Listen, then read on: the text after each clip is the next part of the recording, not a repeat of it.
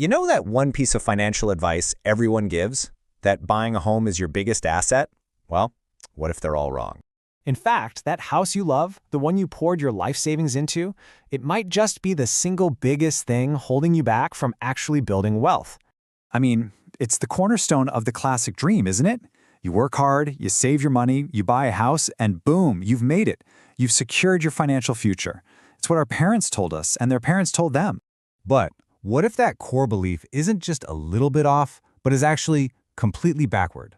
By the end of this short explainer, you're going to understand one simple financial rule that will make you see your home and maybe everything else you own in a totally new light. Okay, let's dive right in.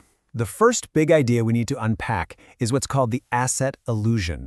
This idea, which got really famous from the book Rich Dad, Poor Dad, argues that for most of us, our home isn't making us richer. It's actually making us poorer every single month. How is that even possible? Well, it all comes down to redefining two very simple words. And this right here is where everything's going to click. So I want you to forget the complicated definitions you learned in school. We're going to use two incredibly simple ones instead. First up, an asset. An asset is anything that puts money in your pocket, period. It's something that generates income for you. Think about a rental property that's making a profit or stocks that pay you dividends. The key is money is flowing in. That's it. And on the flip side, we have a liability. And you've probably guessed it, a liability is anything that takes money out of your pocket. Your car payment, your Netflix subscription, a student loan. It's all just money flowing out. Simple, right? So this is the entire framework. It's a simple test. Does something put cash in your pocket? It's an asset. Does it take cash out? It's a liability. And I'm telling you, once you start looking at your finances through this simple lens, your whole world starts to look different. So, now for the main event. Let's apply this new rule directly to the biggest purchase most of us will ever make in our lives, our own home. Just think about it. Every single month, money flows out of your pocket for the mortgage. Then there are property taxes, homeowner's insurance, and that's before the water heater breaks, the roof starts leaking, or you get that crazy high electricity bill. Your home is like a machine that constantly needs to be fed money. So by our simple definition, it's a massive liability. But hold on, I know what you're thinking.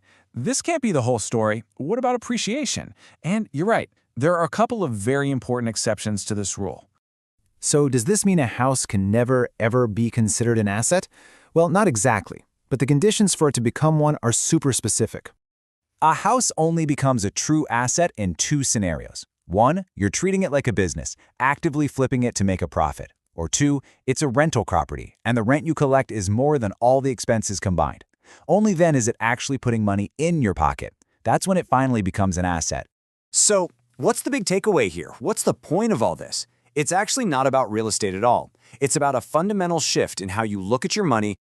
The point of this isn't to tell you to never buy a home. Of course not. A home provides security, shelter, and pride. But it is about being brutally honest with yourself. You're buying a place to live, a lifestyle expense, not a money-making investment. Understanding that one distinction is the absolute key to building real wealth. So, I'll leave you with this question. Now that you've got this new filter, asset puts money in, liability takes money out, what else in your life have you been calling an asset that's really a hidden liability? Once you start looking for them, you might be surprised at just how many you find.